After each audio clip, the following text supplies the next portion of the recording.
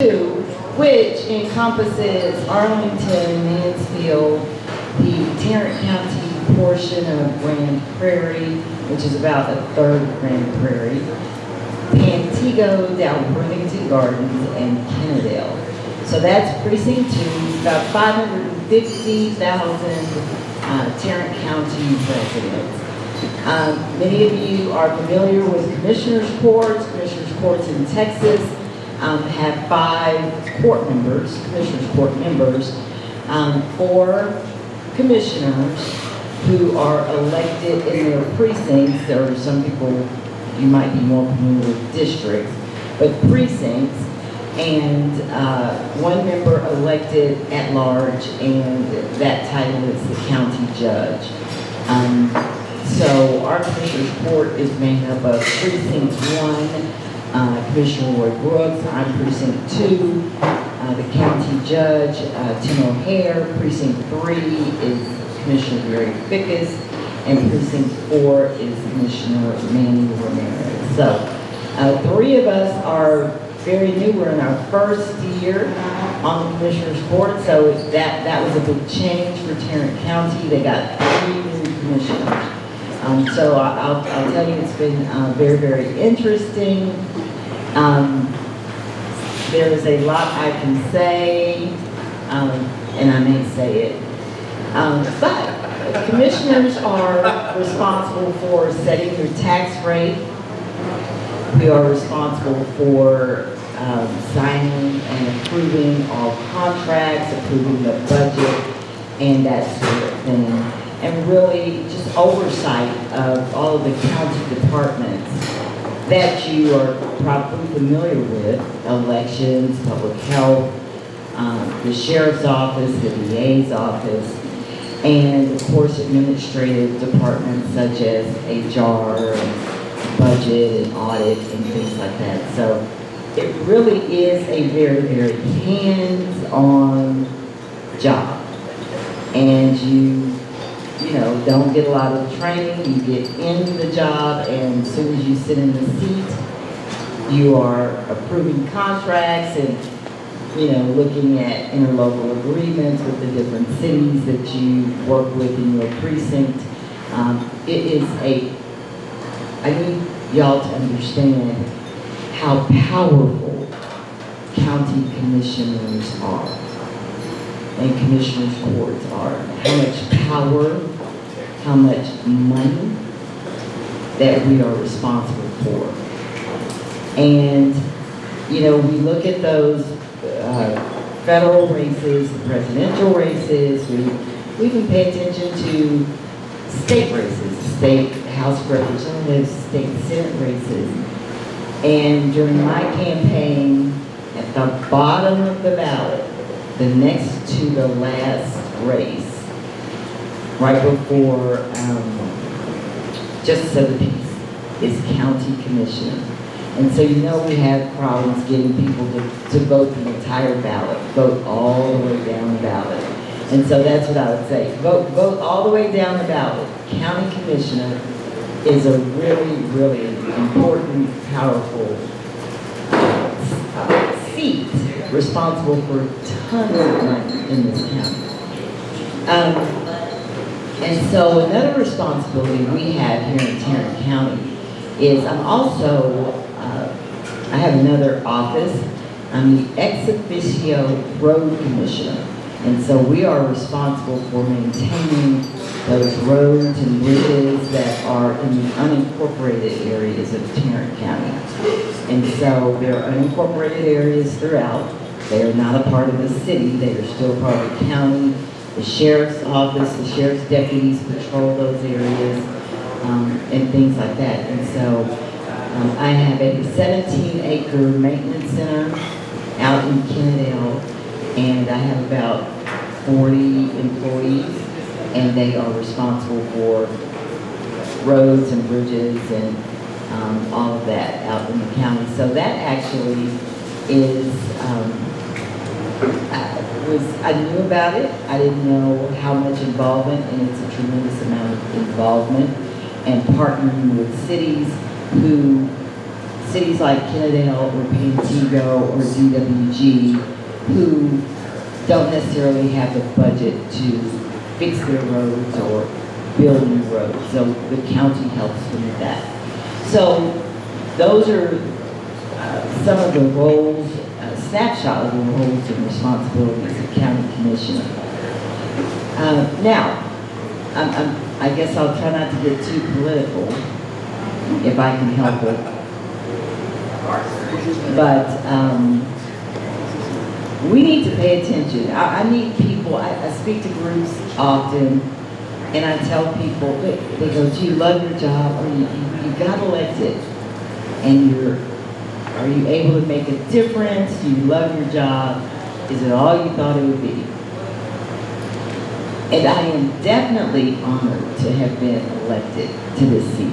You know, a lot of people voted, and they voted for me, and it was awe-inspiring. It's like, oh my God, these people actually vote. I won. And so I'm in the seat, and I will tell you, I've never been more, run into more roadblocks, been more disrespected by my colleagues on the Commissioner's Court. I'm not quite used to being marginalized, disrespected, discriminated against even. And I feel as if I have not accomplished a whole lot in this first year, because all of the things that are important to me, homelessness, housing, child care, elections, public health, those things are being blocked by the majority on the Commissioner's Court, and the majority on the Commissioner's Court is Republican. So how many of you saw the news coverage of the Girls Inc. contract? Did y'all see that? And so this was a contract, this is grant money that comes from the state, and Tarrant County simply serves as a pass-through. We're just receiving the money from the state and giving it to Girls Inc. so they can continue their programs. And this is something that they've been doing for 15 years. This year, the county judge, he's new, said, Girls Inc. teaches girls to be gay. Girls Inc. teaches girls that boys have periods. I mean, he said, if I can think of the date of the meeting, you can go back and watch it. And he went on and on and on.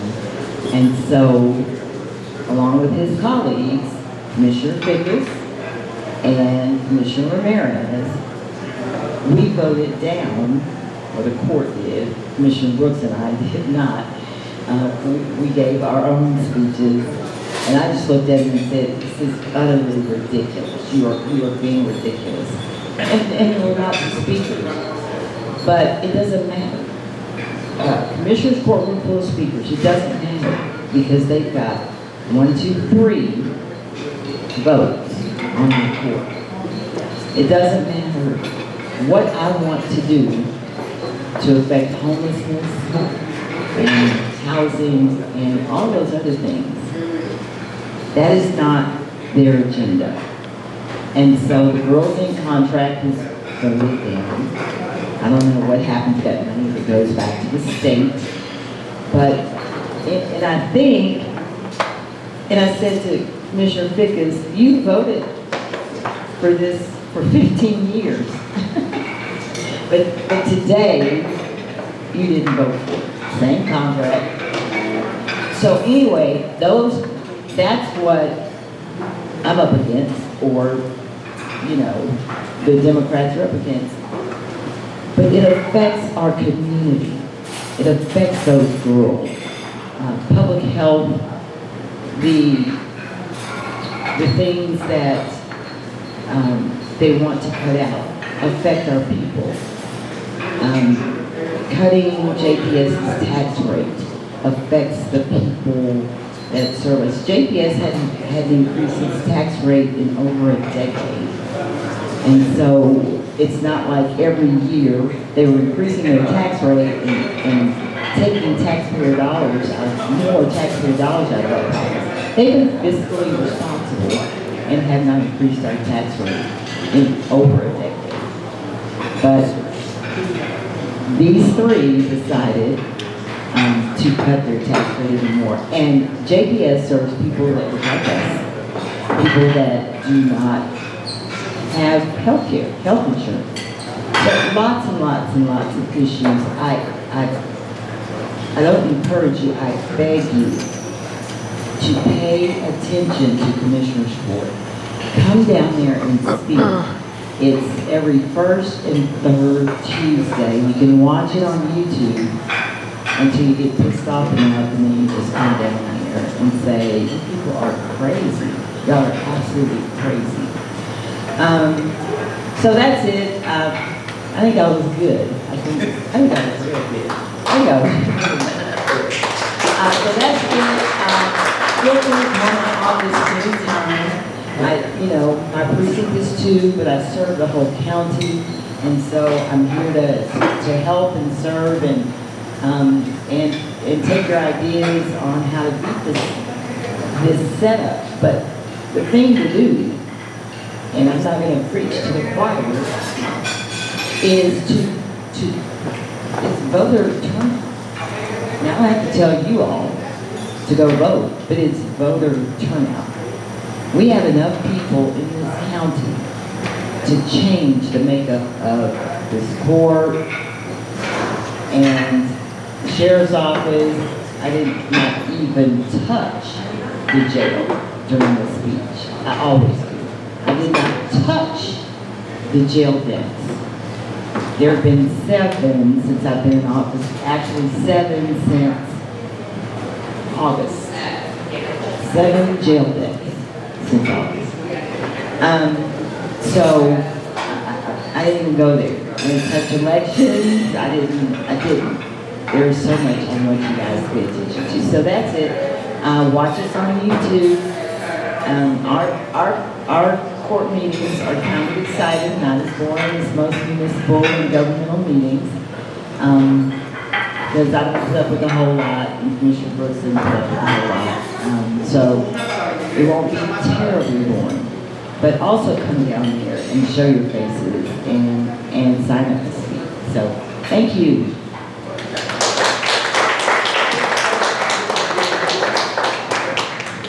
Any questions? Oh, we're here on the right. Yes, ma'am. First of all, thank you for your support for Girls Inc. in Tarrant County. As a former board member of Girls Inc., I really appreciate it. They took away programming for girls that serve this community, and it's far from the truth what they were spilling. People, white nationalist church groups were showing up that had no idea of the programming. And Manny Ramirez serves this district. He took programming from our own community. So we need to be aware of that. But thank you. Thank you for your support. My question is, the sheriff. When are we going to hold the sheriff to the fire? There was just a recent death right now that has been reported in the Tarrant County Jail. Is there, I know you're outvoted, but the sheriff at some point, The sheriff, yeah, he has to be held accountable, and that can only come from you guys. I hold him accountable. The man won't even meet with me. I came in, met with every department head. They gladly came over. Every elected official, they gladly came over to get to know them, to understand their departments and what they do and how they do it. And I met with the sheriff's staff. But I need a one-on-one meeting with the sheriff. And I sent an email to him a month ago, and he still hasn't responded. My scheduler sent an email, and he says, "Oh, tell her to talk to the VA's office." I'm like, "No, player. I want to talk to you about these 1, 2, 3, 4, 5 things." And he hasn't responded. I'm very supportive of law enforcement. I spent an entire 18-year career in 911 and public safety communications. So I think I have pretty much stopped them from trying to insinuate that I am not supportive of law enforcement. I hold them accountable almost every meeting on that jail population, on the deaths, every meeting. And sometimes he's there, sometimes, and I'll go, there's a sheriff, and we sit there and wait until he runs away. Because I have questions for just operations, Sheriff's Department operations as a whole are woefully lacking. His audit report, this man had, our auditor did an audit of, that does an audit of every department. And so in February, what month, second month there, I'm reading this audit, the audit report of the sheriff's office, and all of the 5 things, and the audit, so I get to the meeting and I go, what, from 2014, our auditor said, fix this. 2018, fix these 3 things. And does he do it? No. He doesn't. He's elected, so I can't tell him what to do. I can't tell JP what to do. We're all equal. And so you just call him out on it. It's really good. Any other questions? There's one back, far back. This is not a question, but you talked about how important it is to vote. It's also important to serve the community as a precinct chair. And if your side does not have enough precinct chairs, it's very easy, whatever party you represent, just go to the website, put in Cherokee County precinct chairs. It will show you that precincts have been opening, and Monday is the last day you can file to be a precinct chair. So do that this weekend. Thank you, Jillian. Hi, good morning. I just want to say thank you for everything you've done in the Arlington community. I know that you've been a great partner with LULAC in Arlington for decades. Thank you. You're very intentional about advocating for the Black and Brown community. I do watch your court meetings online, and I really appreciate your questioning in regards to certain issues in our community. Can you talk a little bit about the ARPA funds that were taken away for certain issues in our community that were sent to? You just want me to cuss this morning, don't you? So yes, I should have led with that, but so the American Rescue Plan Act dollars that we receive from the federal government, we're spending that down. That's COVID funds, and so that money had been allocated. Gabe, I'm looking at you for the allocated, not obligated. I always say it backwards. Allocated for certain programs.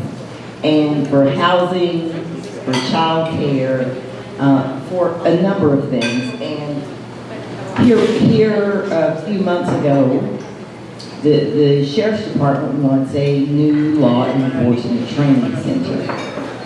They have a law enforcement training center over at Resource Connection off of Campus Drive. And over there, we have a lot of county facilities, Veterans Affairs, housing, they're housed over there. But the Sheriff's Office wants a new law enforcement training center.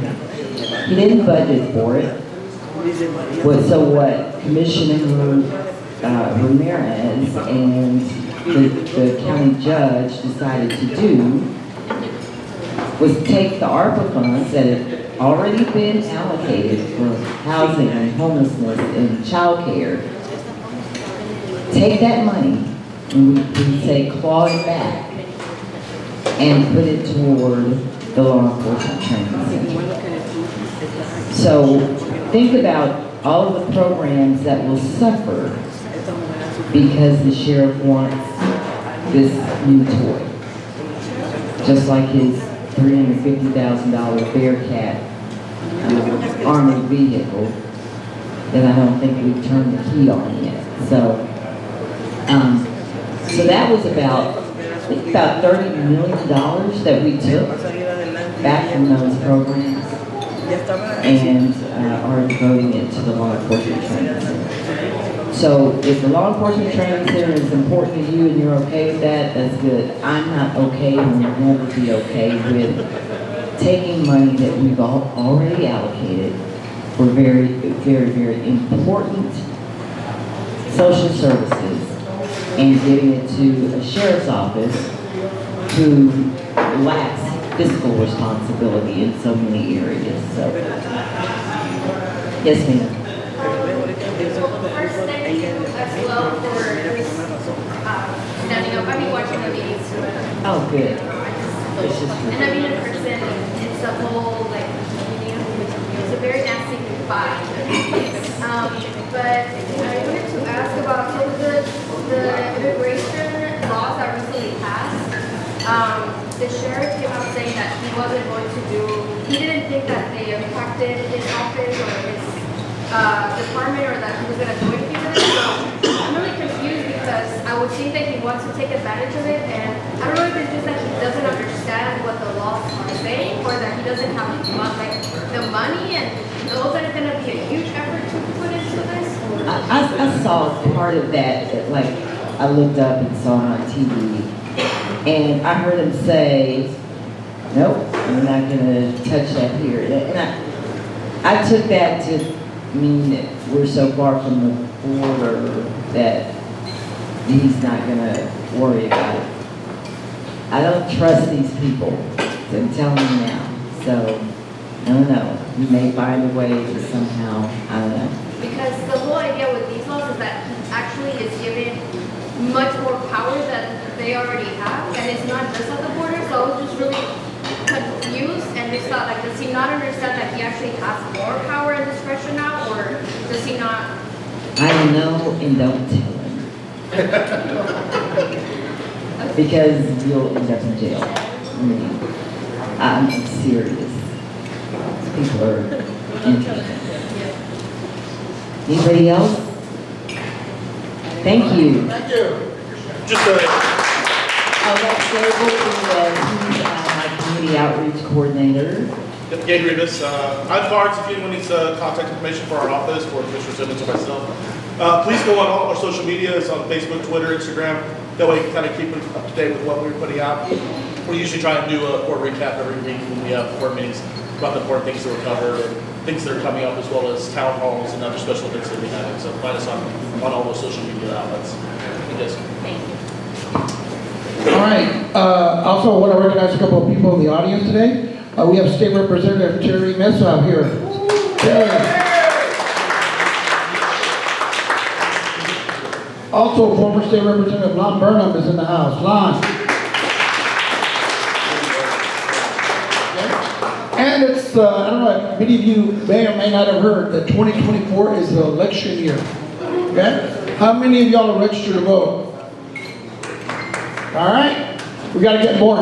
Good. Like, look, I feel sorry for Commissioner because I know Tim O'Hare. I've known Tim O'Hare a long, long time. When he was, Terry, you remember when he was mayor of Farmers Branch, Texas, and he passed a bunch of immigration bills that were all struck down, and it cost the city of Farmers Branch like $22 million, and they went bankrupt almost.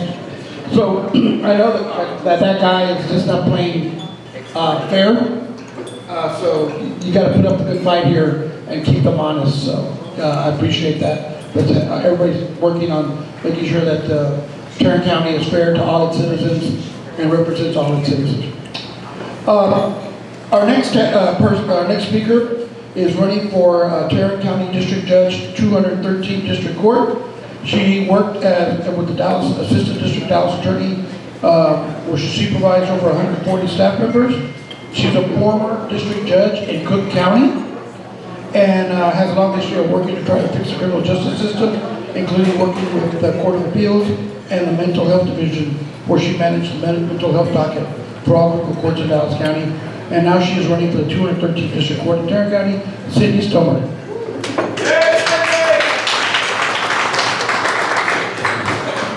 Thank you. Buenos dias.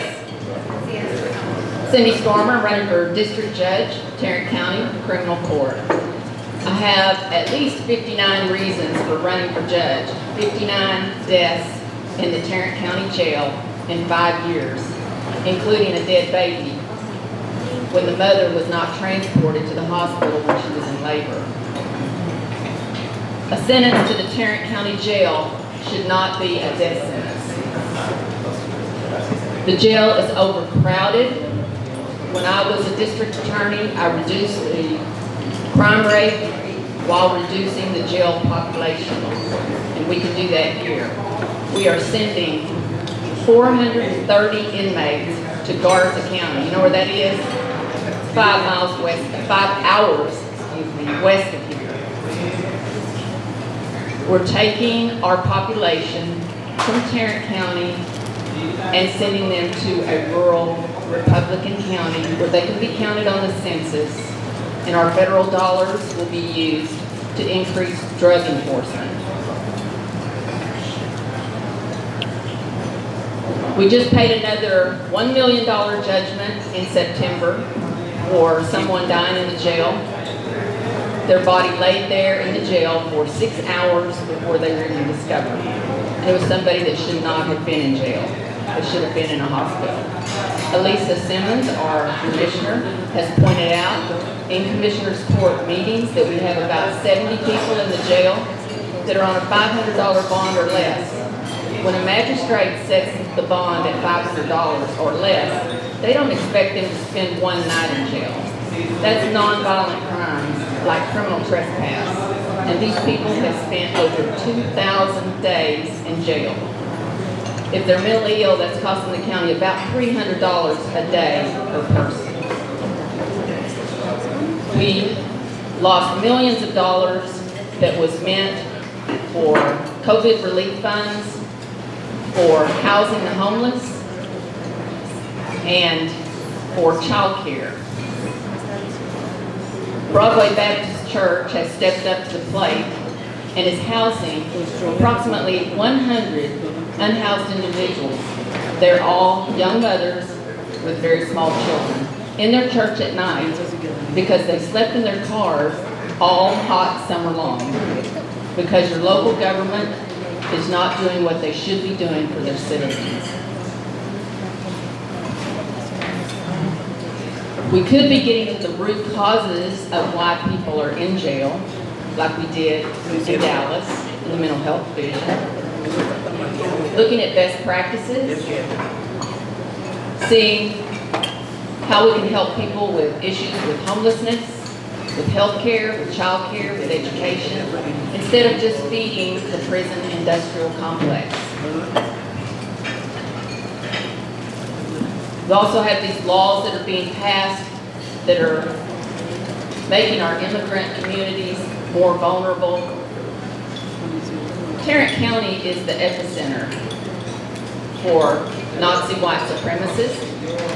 It's the epicenter for voter suppression. And it's the epicenter for those people that attacked the Capitol on January 6th. We have to work at the grassroots level to change things here in Tarrant County. Please join me in working to support our nation. Cindy Stormer, running for district judge. And if you haven't signed my petition, please sign it. Judicial candidates have to have several hundred signatures to get their name on the ballot. Democrat.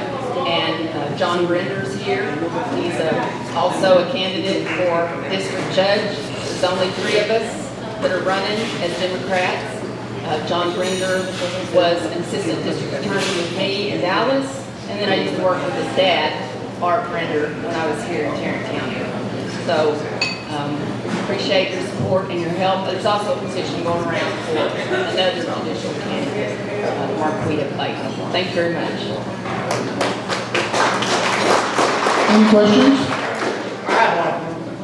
So I get your thing about loosening restrictions on especially people with class A misdemeanors like trespassing and marijuana. But what about the people that are perpetrators of domestic violence? We've had an inordinate amount, especially in Dallas County, 2 high profile in the last 2 weeks. The Thanksgiving murder, the Farmers Branch, and then the one that cut off the ankle monitor where he killed his baby mama, he killed his parents, killed his 1-year-old son. So this guy cut his ankle monitor. Is there any repercussions for people that are supposed to be tracking that? Like, I've seen several instances where people cut off their ankle monitors and they go and commit crazy crimes.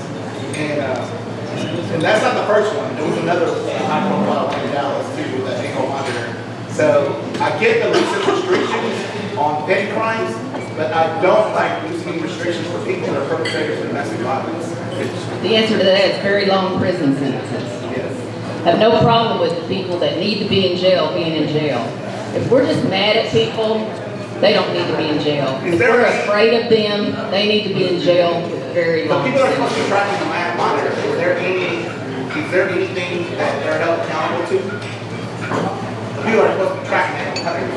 Well, if it's happening in Tarrant County, it needs to be brought to the attention of the commissioner's court so that they can hold people responsible that are in probation I would department. have survivors report that 1-year-old baby's death was on my watch. Get something up. Any other questions? Over here, Jerry? Well, I'm more familiar with Dallas County, but explain to me, please, if Tarrant County does a good job of using diversionary courts. I really like that concept in Dallas County where they have a veterans court, prostitution, just all different drug courts and so on that are diversionary courts that give people a second chance and kind of keep them out of jail as much as possible. So do we do that in Tarrant County? They don't do enough of it. We have a jail diversion center here that they're not utilizing appropriately or sufficiently. In Dallas, we had the best program in the United States. We had more resources available for people, and we had numerous therapeutic courts, drug courts, mental health courts, and I practiced in all the courts in Dallas County. In fact, I was one of only 2 prosecutors in the DA's office that practiced in all those courts. I'm very familiar with what they were doing over there. I'm very familiar with what the problem is here. In fact, I wrote a book on what's wrong with the criminal justice system and how to fix it. And it's because I was a police officer and a police officer for 10 years. I was a defense attorney. I've been an elected DA, a prosecutor, a career prosecutor, and I know what the problems are. I know how to fix them. Thank you. I hope you and John Brender, when you get elected, will help bring that concept or further that concept here in Tarrant County of the diversionary courts. I think it's a really great idea, great concept. Thank you. All right. Our next speaker was a teacher. She taught history and AP World History at Fort Worth ISD.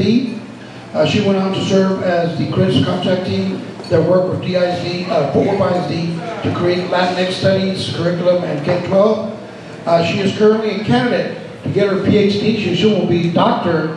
Cecilia Sanchez Hill, and she is majoring, or her thesis is on Mexican American history in Fort Worth. Let's give a big hand to soon-to-be Dr. Cecilia Sanchez Hill. That brings a little anxiety, the whole future, Dr. Hill. Thanks for having me. Thank you, Sal, for inviting me. So, as we said before, I was a teacher at Fort Worth ISD. I taught at McLean Middle School, my first round of teaching. I was teaching 8th grade U.S. history. And while I was teaching about the Declaration of Independence, I had a Latino student raise her hand and ask me, Ms. Hill, did any Mexicans sign the Declaration of Independence? So in the brief moment that I paused and I realized I hadn't mentioned Mexicans at all in teaching U.S. history, a white male student laughingly responded, no beaners. So after dealing with that child, I did my best to explain some Mexican American history as much as I knew, as much as I could in that classroom. And I came to realize that, she was longing to see herself in the curriculum.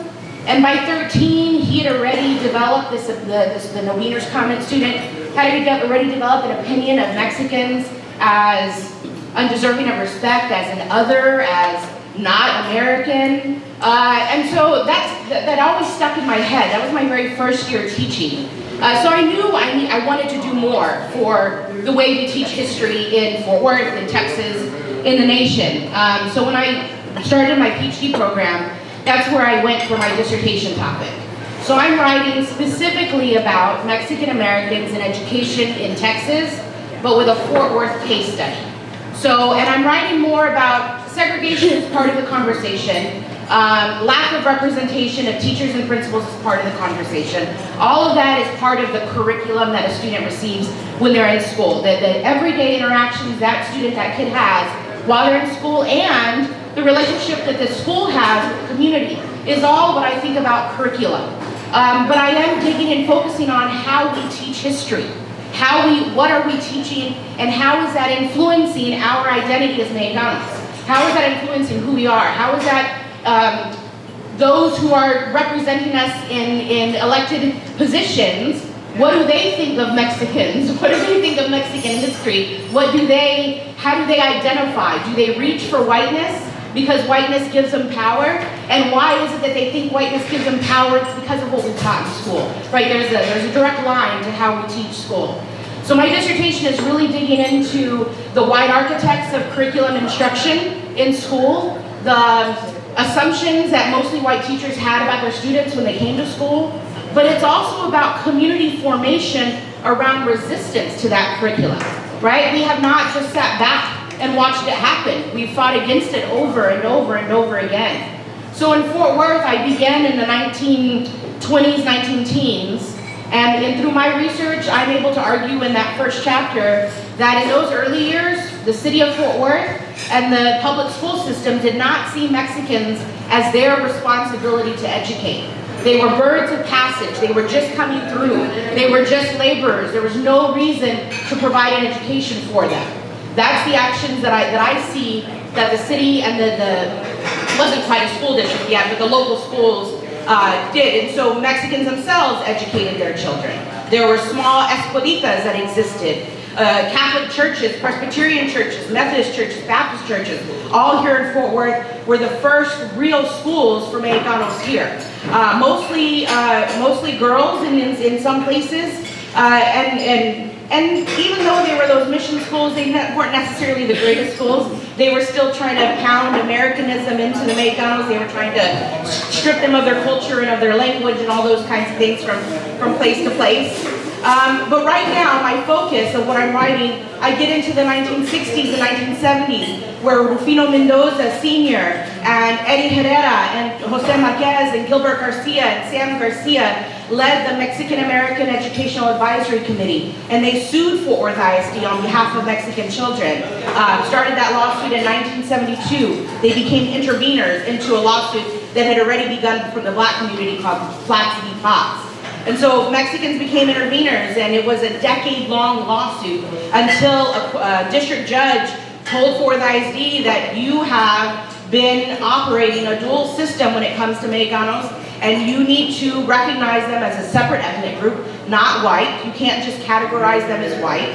And they are deserving of special programs and assistance that they need to be successful in school. That district decision did not happen until the early 1980s. So it was a long process, but there was also a lot of fight I see in the school board meeting minutes for changes in the way that we teach history. There was calls from the community for a more Chicano was the language they would have used then, a Chicano history. There was, I don't know if you guys, Carlos Puente, our first Mexican-American school board member, he actually taught Chicano history at a community school in Rosemont in the early 1970s. These were the things that our community did because the district wasn't serving our children and in providing them with equitable education. So this is a dissertation right now. I focus on local archives. I've been through the school board meeting minutes from the 1920s until the 1980s. I've read every school board meeting from those, so they're not fun to read. I've also read the state board meeting minutes from 1950 to the 1980s, back down in Austin. I've done oral interviews with community members, Teachers, I have used a lot of oral histories. Hopefully you guys all know there's a Latino Fort Worth YouTube page. And so I use that page and the conversations that those community members gave to the interviewers about their experiences in school here in Fort Worth. And then I've been in people's homes. I've been in Joe Linda Hada, Manuel Hada, her father. I've sat in her dining room and gone through her archives to look through and be able to tell these stories that haven't been told before. So my goal is to, one, I'd like Fort Worth ISD to continue things that they've started. In 2018, well, first start in 2016, the director of social studies here in Fort Worth, Joe Nigella, he paid myself, I was a teacher at the time, an instructional coach and teacher at the time. He used local funds to pay me and a couple other curriculum writers to create a elective for, we started thinking whether we wanted Mexican American studies or Latino American studies. And we went with Latino because the district has a high number of non-Mexican Latinos, so we wanted to be inclusive of everyone, so we created that elective course. I've rewritten that curriculum since then for the district. But then in 2018, they paid TCU, the Comparative Race and Ethnic Studies Department, which is where I'm in school at TCU. We entered a contract in with them to create an overlay for K through 12 social studies courses.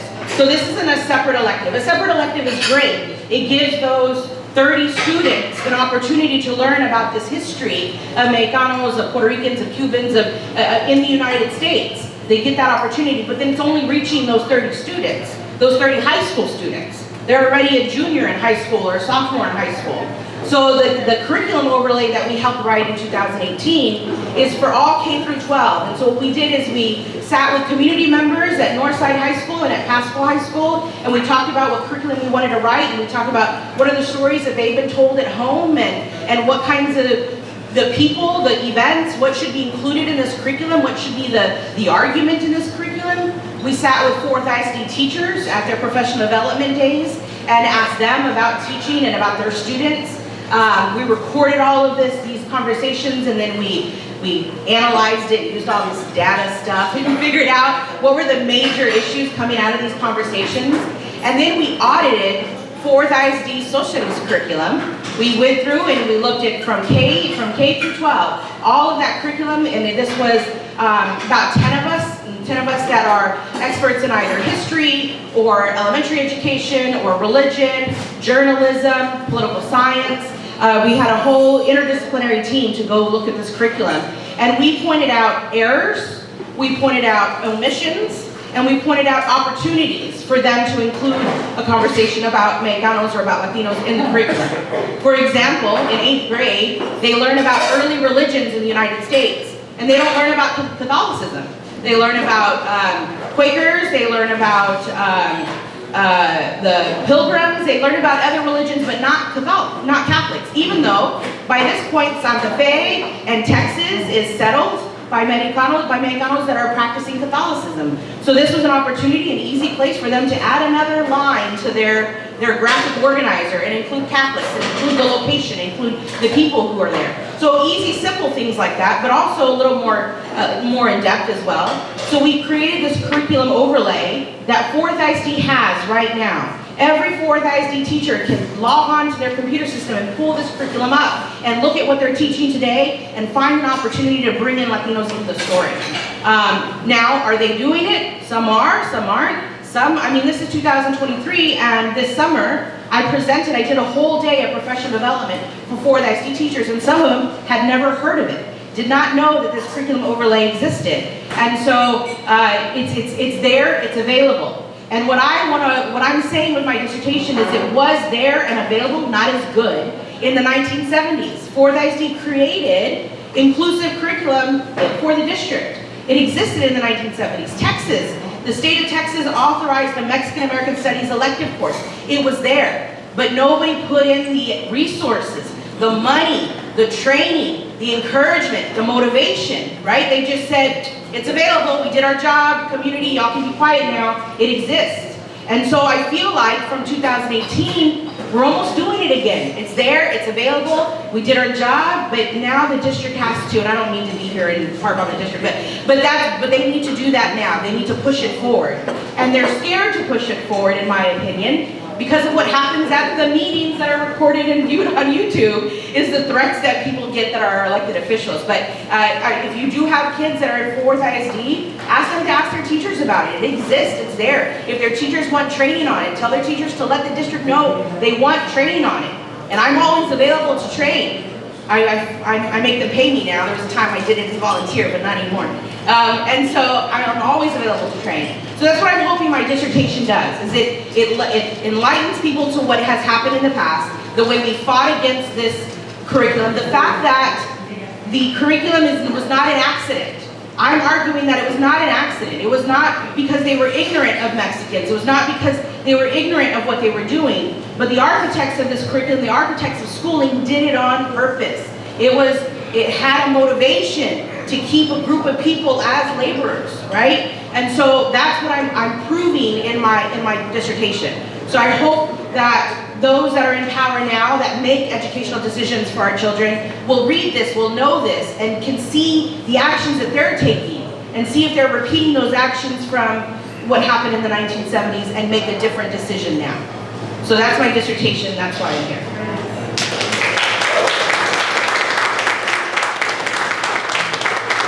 Any questions? Yes. Before she asked the other question, I'll ask you this one. You mentioned, went there earlier, I grew up in a family, he's Republican, that's fine. So my question to you is, why are we losing Hispanic voters? Back when Cruz beat Beto, it was like 40% Hispanics are voting Latino, and it's only getting higher. African Americans, on the other hand, they vote strict, Democrat, a high number, 8%. So for like Biden to be reelected, we need to get Latino voters. So why are we losing Hispanic homes? Why are they voting Republican? That's my question. I don't know if I'm the right person to answer that question, but I will tell you what my opinion is. There's a song called Black Republican. So it's frowned upon Black people are Republican. Yeah. That's a big song. Sure. So I always thought the same way, man, if you vote, it's stress on. Yeah. I don't understand. Yeah. Well, I mean, from my opinion, based on what I've read, I'm a historian, so I read, lots of books on history, and then my writing has a political angle to it. So there's a book called The Hispanic Republican. I'll have to get you that information, which kind of lays it out. But there's a lot of conversation about the evangelical side, right? The religious side of our community, and it's hard to say our community too, right? My advisor, Dr. Max Krochmal, he hates when I say our community, right? Because there are Republicans, there are Democrats. We don't all see the same thing. We're not a monolithic people. We do have various ideologies, and so, but I think you're losing a lot. I think some of it is the religious angle. It's the ideas of, and understand that I come from a very conservative Hispanic family. They would use the term Hispanic. My dad was in the military. I'm an Army brat. Dad was in for 24 years before he retired, and he retired because Clinton became president, and he didn't want Clinton as his commander-in-chief. So I come from that, I see it. Now they've all evolved, the majority of them have evolved, certainly my parents have ever since the Trump era. And so, but I think there is still a desire of this idea of that conservative angle of a strong military, of people need to pull themselves up by the bootstraps, just the basics, I think is what we see people happening. And because we have been taught in school, let me get back to the dissertation, because we've been taught in school for so long about the need to assimilate, that we can no longer fully celebrate who we are. And there is a difference between us and somebody who came across yesterday, that we are not the same. And so when we have that opinion that we are not the same, that we don't see our struggle and their struggle, then we can easily separate ourselves from them and say, I'm not voting for their interest, I'm voting for my interest. And there's an inability to find that solidarity with people who are just here. And I think if we can educate and if we can continue to tell a different story, and those who can say, well, my grandparents came across legally, sure, that's fine, yeah. what was it like to come across legally then? You know, was it the same thing? No, it wasn't. So if we can teach this story that existed from the mid-1800s when the border crossed us, if we can tell that story differently, then we can develop new ideologies that are more progressive. One last one. All right, my name is Latino. I don't know if you're gonna be my dad figures, you know, weird thing, but maybe you should. But in any case, I'm a teacher, and you said you're dealing with this curriculum here, but I don't know if we can incorporate that into what used to be C-Scope or the Teaching Resource Learning System with exemplar lessons that teach about Mexican American history, Latino history, and whatnot. However, what I'm afraid of is just as what's going on in Florida and a lot of people that, even with the superior locally and the critical race theory, they want to lump it in with that because everybody's always afraid when you teach a narrative that's different from the general consensus or whatever, the norm, oh, you're just rabble-rousing and instigating. Like, for example, well, Thanksgiving, right? I mean, when the Pilgrims were here first to celebrate Thanksgiving, there's some people in Florida, some people in East that have, different things. So when I present it to my kids, it's like, what do you think? Not like necessarily that I'm shoving it down their throats. And I got right here, thanks to Domingo LULAC, we got a future history teacher right here. Well, we can present that, right? Yeah. So I didn't learn about Jorge Gonzalez, Luis Salazar, Cesar Chavez, because they never presented that history to me, So I'm still learning things. I mean, TikTok is now my PhD dissertation because I'm learning so many new things, right? People also push a narrative that Mexico is a third world country and it's terrible, but it's the 12th largest economy in the world. It might be the 5th pretty soon, right? So, I love what you're doing. I hope you get more people like you. They're saying that I should be there like you, but it wasn't, I was more into sports and other things, but I'm just saying I love what you do. What do we do to combat the pushback that this is more like a critical race theory and we're preaching Mexican superiority as opposed to embracing our roots and having that duality that Jorge Gonzalez says in his epic poem, I'm Joaquin. Yeah, yo soy Joaquin. Yeah, I mean, I think it's hard, right? Because if we bring attention to it, we bring attention to it. But I think if you sit down, if somebody wants to argue against it and they sit down and they read it, we'll see it differently, we'll understand it. I mean, it's just about numbers. Just like our commissioner said, we have the numbers in Tarrant County. We have the numbers in Fort Worth ISD to fight against any of that. It's just a small group of, moms of liberty kind of parents that are out there pushing and the ones being the loudest. We have to be louder, And we have to have great people within the district to hold to it, Joe Nigella is a wonderful person and he has been an inspiration to me my entire career with Fort Worth ISD. And I know he's trying to be stealth about it, but it can be a little frustrating because when I see the district advertise their professional development on their social media, and then my day of professional development was not advertised at all, it tells me something, but I get it too. He's trying to not bring that on. Yes, ma'am. Thank you for what you're doing, and thank you for giving me the bullet to give the planet in Fort Worth ISD for Mexican American Studies, because there's a need for it. There's a group of young students, their LULAC youth group, that want Mexican American Studies in their school. Right now, African American Studies is being taught as an elective in schools, but Mexican American Studies is not. It is. It's Latino American Studies. It exists, and Fort Worth has it. It's being taught at 14 schools, but the counselors haven't put the kids in it. It includes all the things that are in mosques. But it's not being But it's not being taught.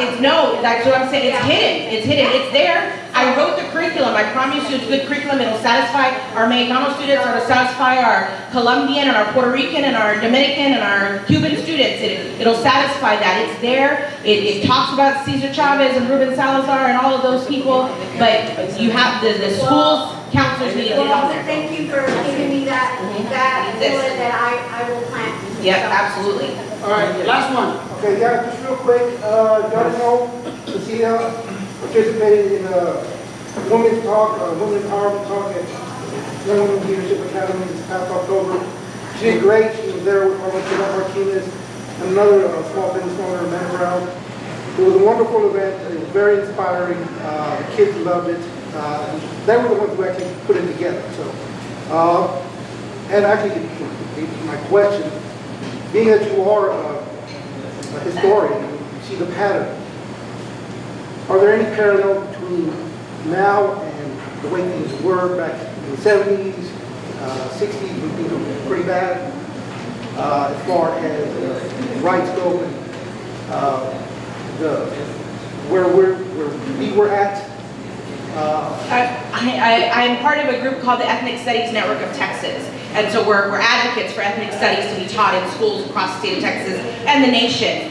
And our members, our core members, often go to the state board and speak to the State Board of Education when they're dealing with certain new regulations or the TEKS or having conversations about ethnic studies. They're there. And on multiple occasions, I've been in Austin at the same time, but I couldn't go because I'm in the archives. And I'm reading about the State Board of Education in the 1960s and 70s. And the stuff that I'm reading about is the stuff that they're arguing about just down the street at the State Board of Education meeting. Those are certainly things that are parallel, that happened before, that are happening now, the same arguments. And within the Mexicano community as well, there's also the same, as he mentioned, Carlos Fuentes, Republican, there's still that conversation in the 70s. We had division here in Fort Worth for our Mexicano activists. There were those who believed in this assimilation and following in line with the white establishment and getting their seat at the table and not wanting to ruffle feathers or make waves. And then there were those who were pushing things forward and wanting to protest the actions of the police department, or they wanted to create more community schools, or there were a lot of things they wanted to do, and that's happening now too. There is a division in the way we do things, and we just need to find that solidarity and find that both methods can be helpful, but that we have the same end goal in mind as far as us being included in part of the story. Thank you. I will tell you that the history part is really important because we are miseducated in public schools in Texas, okay? I'll just give you an example. Last night I'm flipping the channels and up comes The Alamo with John Wayne. Did anybody ever see the John Wayne Alamo? And I remember when I first saw it, and I was probably, a kid, like I was probably 12 years old. Who are the bad guys in The Alamo? The Mexicanos, right? Who are the good guys? The slave owners. The slave owners are the good guys. Think about that. Nobody tells you that Travis is a slave owner. Nobody tells you that most of those guys were slave owners or supported slavery. Nobody ever tells you that when you read the Texas Constitution, anybody read the Texas Constitution? The original one. It's about protecting slavery and property. And the reason they revolted against Mexico was to protect slavery.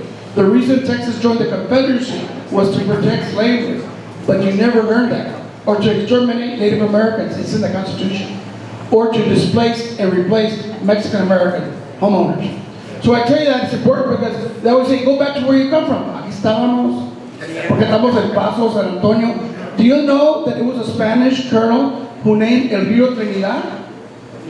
The Trinity River, originally called Rio Trinidad. He left San Antonio, he was looking for some Comanches, ran into some Wichita Indians and Comanches up on the Red River, and he called it the Rio Trinidad. Okay? So that story doesn't tell, or that the majority of vaqueros were the ones on the Chisholm Trail, and that the cowboys stole everything from the vaquero. I think it's called appropriation, cultural appropriation. So it's important that we get this stuff. All right, moving on. Our next speaker graduated from high school at age 13. After she graduated from high school, she was accepted at 15 different universities, and she decided to go to Texas Women's University, where she became the youngest graduate from TWU. She went on and became the youngest delegate to the Texas Democratic Party Convention, and then also was the youngest delegate as the Joe Biden delegate to the Democratic National Convention. She then decided to become a lawyer. I don't know why, but she decided to become a lawyer, and she was accepted at 9 different law schools and decided to go to SMU, where she graduated as one of the youngest attorneys in the history of the law school. She is currently now a commissioner for cities, planning and zoning in Forest Hill, and she is an author, educator, and leader. Let's welcome Haley Taylor Schultz, a very remarkable young woman.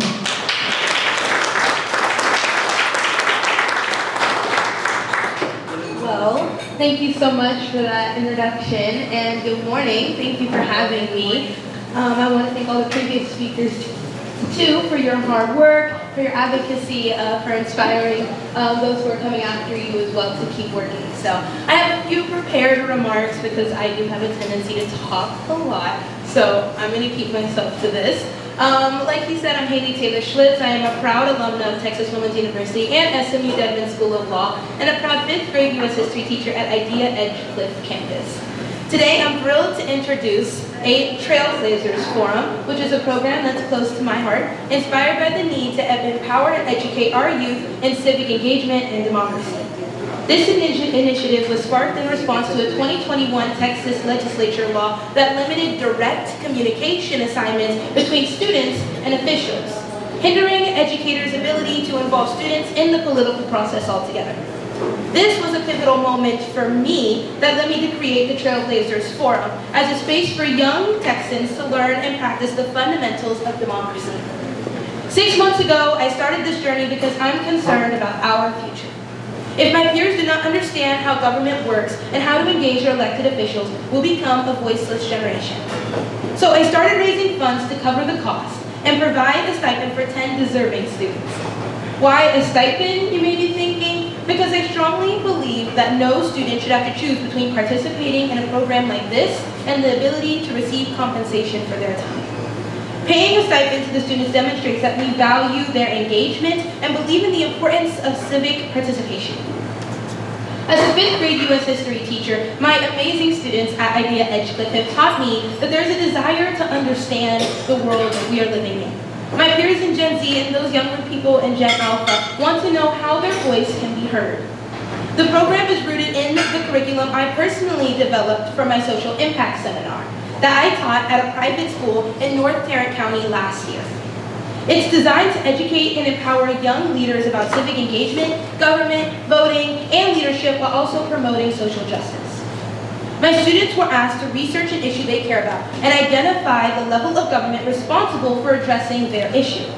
They spent time doing research and preparing a detailed proposal to make to decision makers about how to solve the identified issue. While working on this, I had guest speakers from all aspects of our society who helped draft and or influence public policy and engage with my students about their role. Community leaders such as Representative Ramon Romero, Tarrant County United Way CEO Leah King, Dr. Opal Lee, Councilman Jared Williams, Harvard pollster John Della Volpe, WFAA reporter and morning host Tashara Parker, my students had the opportunity to dig deep and understand how all these people help shape and develop laws. But I was also aware that the students getting this opportunity came from families with means to send their students to an expensive private school. I wanted to make sure that all students who wanted this opportunity to learn and engage could. So I started the Trailblazers Forum to meet that need. Our first group of students will be selected in January. The program will run from January to May of 2024. The selected students will meet one Saturday a month for 3 hours. And we will also have 2 Wednesday night Zoom check-ins. The last meeting, they will present their issue and how they will work in the community to address it. The Trailblazers Forum is not just an educational program. It's a movement to nurture a generation of informed, engaged, and empowered leaders. I invite each of you to support this initiative by encouraging students to apply. Together, we can make a meaningful difference in our communities and beyond. Thank you for your time this morning, and if you want to reach me, you can go to my website, haleytaylorschlitz.com.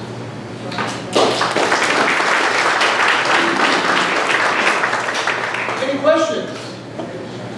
How much is the stipend? $115. Is that applications online as well? Yeah, yes. Yeah, okay, yeah. I also have cards for like the details on how to apply, but yes, Alex has a question over here. Hey, how old were you when you graduated from SMU Law School? How old was I? 19. Yes. That's impressive. Yes, thank you so much. At the end of the day, we've heard a lot about what we need to do to change. You know, we do need to change and balance that county commissioner's court. You know, even if we get a moderate Republican, we got to do something there. So we need to focus on that. You asked us, you know, why are Hispanics voting Republican more? Maybe it's the messaging that we are screwed up on.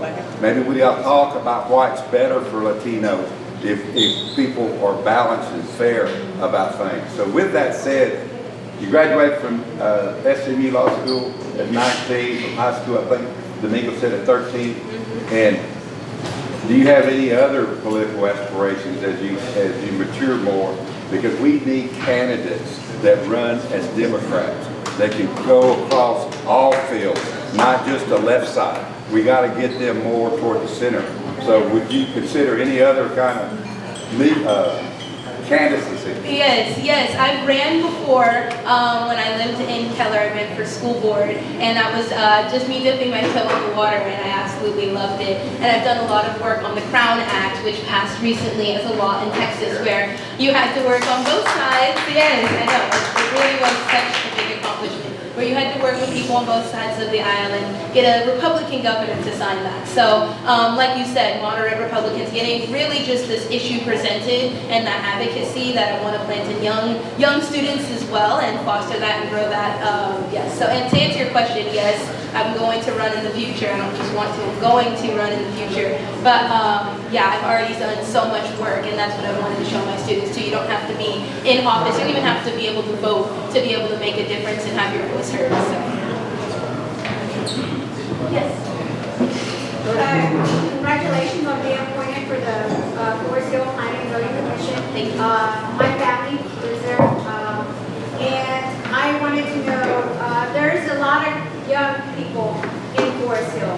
The city demographics is pretty big, 13,000, over 13,000 residents. But there is a need for people like you, and the people that have been sitting on that zoning commission have been there for years, that probably don't need to be there any longer. So I was happy that we have fresh new blood on that zoning commission. But is there any plans for you in the future as you get yourself situated in the commission, planning commission, to engage with the youth in Forest Hill? Absolutely, absolutely. And this is me trying to take that first step in that direction. Introduce them to those who hold offices in the first place, how they can reach out to those people, what their jobs are.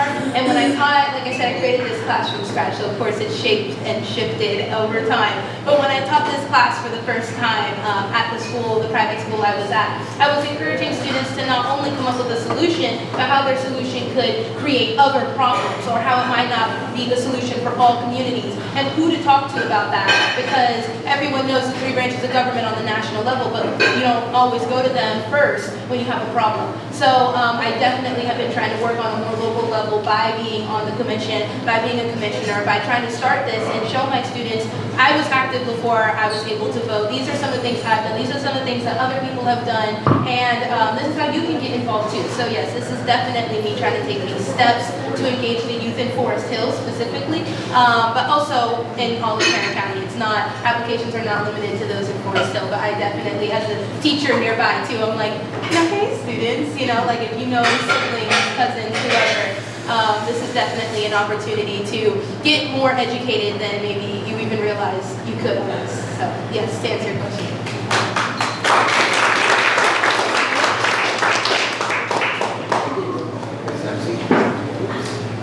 All right, now that was the last speaker. Now we have community announcements. I have a special guest here from UTA.